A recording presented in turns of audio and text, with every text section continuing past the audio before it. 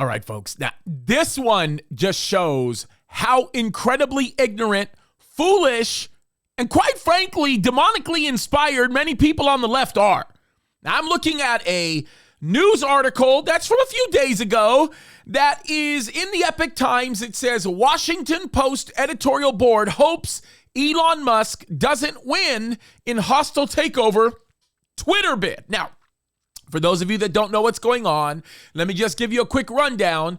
Twitter, of course, which has been an absolute enemy of free speech, they have been an enemy of free speech from the very beginning, is basically now in a position where Elon Musk came in, purchased 10% of Twitter, which of course was at the time, just a few days ago, the largest shareholder, made him the largest shareholder of Twitter. And then he proceeded to, in essence, initiate a hostile takeover of Twitter by putting together a proposal to buy it out, basically. Now, of course, what he fully intends to do is to return it to be a tool for free speech, as opposed to allowing it to continue doing what it's doing and suppressing the voices of freedom and opposing voices everywhere you go. Now, let me just simply say this. Let me simply say that there are certain things that Elon Musk is doing that I'm not a terribly big fan of. There are things I don't agree with, but the one thing I absolutely agree with is his desire to liberate a platform like Twitter in order to allow people to actually express their free speech rights. Like Charlie Kirk, Tucker Carlson. I talk about some tongue twisted talking here.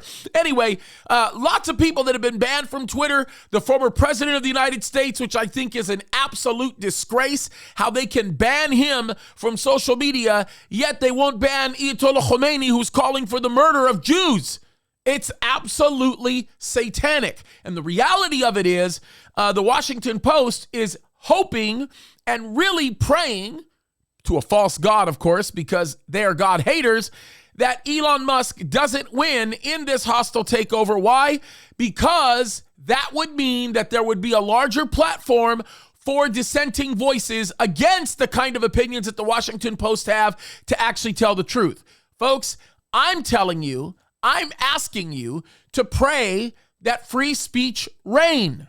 I am asking you that we need to spend some time to pray and ask God to open up the doors to allow people like me and you and everybody else who wants to express a dissenting opinion to be able to do so, because I believe that when that sort of platform is opened up to allow that to take place, God is going to be glorified, because there's going to come a point in time, and it's already happening right now, where the dissenting opinion will be righteousness. It will be the preaching of Christ and his crucified, and people are going to seek to destroy that because they do not agree with the conviction that it brings to their hearts. So it's time to stand up. The time is now to stand up. And folks, we need to speak out. Why? Jesus is coming soon. We don't have a lot of time to speak out. And I'm praying that Twitter be liberated. I'm just telling you that right now. God bless you guys. Love you.